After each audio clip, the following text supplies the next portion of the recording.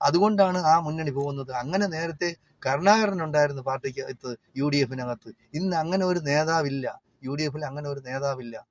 അപ്പൊ അതാണ് ഇവിടുത്തെ ഏറ്റവും വലിയ പ്രശ്നം തന്നെ. ഉമ്മൻചാണ്ടി ഉണ്ടായിരുന്നു, കുറച്ചൊക്കെ ഉമ്മൻചാണ്ടി കൊണ്ട് ഒതുക്കാൻ കഴിയുമായിരുന്നു. പക്ഷെ ഇന്ന് അങ്ങനെ ഒരാളില്ല.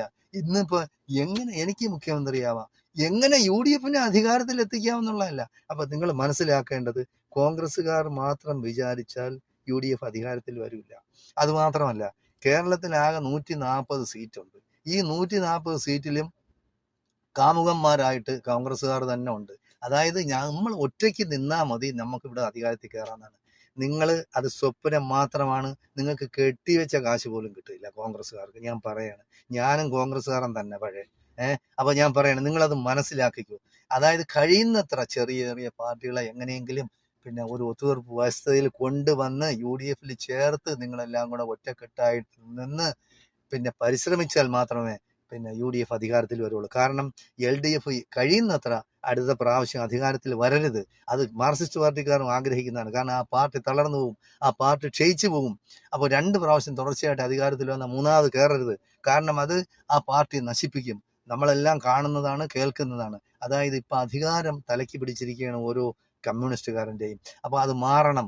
പല പിന്നെ വെട്ടിത്തരങ്ങളും പല തെണ്ടിത്തരങ്ങളും അവരൊക്കെ കാണിക്കുന്നുണ്ട്. അത് മാറ്റിയെടുക്കണമെങ്കിൽ മാർക്സിസ്റ്റ് പാർട്ടിയെ സ്നേഹിക്കുന്ന, അല്ലെങ്കിൽ CPIയെ സ്നേഹിക്കുന്ന പാർട്ടിക്കാർ, പാർട്ടിയിൽ വിശ്വസിക്കുന്ന ആൾക്കാർ എങ്ങനെയെങ്കിലും ഈ LDF-നെ അധികാരത്തിൽ കയറ്റാതിരിക്കുക അടുത്ത ഇലക്ഷനിൽ.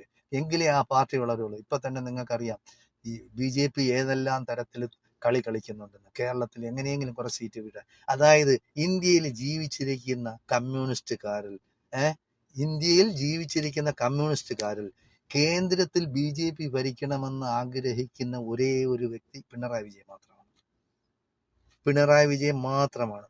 അപ്പോൾ കോൺഗ്രസ് എങ്ങനെയായാലും അധികാരത്തിൽ വരിക, അല്ലെ ഈ കോൺഗ്രസിന്റെ നേതൃത്വത്തിൽ ഒരു ഭരണം ഉണ്ടാകരുത്. കാരണം മാർക്സിസ്റ്റ് പാർട്ടി ആയാലും CPI ആയിരുന്നാലും ബാക്കിയുള്ള ഇടതുപക്ഷ പ്രസ്ഥാനങ്ങളെ, ഇന്ത്യയിലെ ബാക്കിയുള്ള പ്രതിപക്ഷ പാർട്ടികളെ എല്ലാം കൂടെ ചേർത്താണ് കോൺഗ്രസ് ആഗ്രഹിക്കുന്ന ഒരു പിന്നെ UPA മോഡൽ ഒരു ഭരണം കേന്ദ്രത്തിൽ ഉണ്ടാവണം. അത് ആഗ്രഹിക്കാത്ത ഒരു കമ്മ്യൂണിസ്റ്റുകാരൻ ഇന്ത്യയിൽ ജീവിച്ചിരിപ്പുണ്ടെങ്കിൽ അത് പിണറായി വിജയനാണ്. അത് എന്താണെന്ന് അദ്ദേഹത്തിനോട് തന്നെ ചോദിക്കണം, നമുക്കെല്ലാം അറിയാവുന്ന കാര്യമാണ്. അപ്പൊ അതുപോലെയാണ് അഡ്ജസ്റ്റ്മെന്റിന് വേണ്ടി എന്ത് പിണറായി വിജയൻ ചെയ്യും. നിങ്ങൾക്കറിയാമല്ലോ, IPCR അജിത് കുമാറിന് ഏതെല്ലാം രീതിയിൽ സംരക്ഷിക്കുന്നുണ്ടെന്ന്. അജിത് കുമാർ ആരാണ്?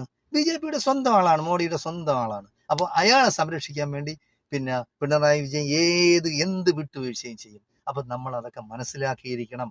മാർക്സിസ്റ്റ് പാർട്ടിക്കാരായിരുന്നാലും CPI ആയിരുന്നാലും. നിങ്ങൾക്കറിയാമോ, CPI ഒരു കാലത്ത്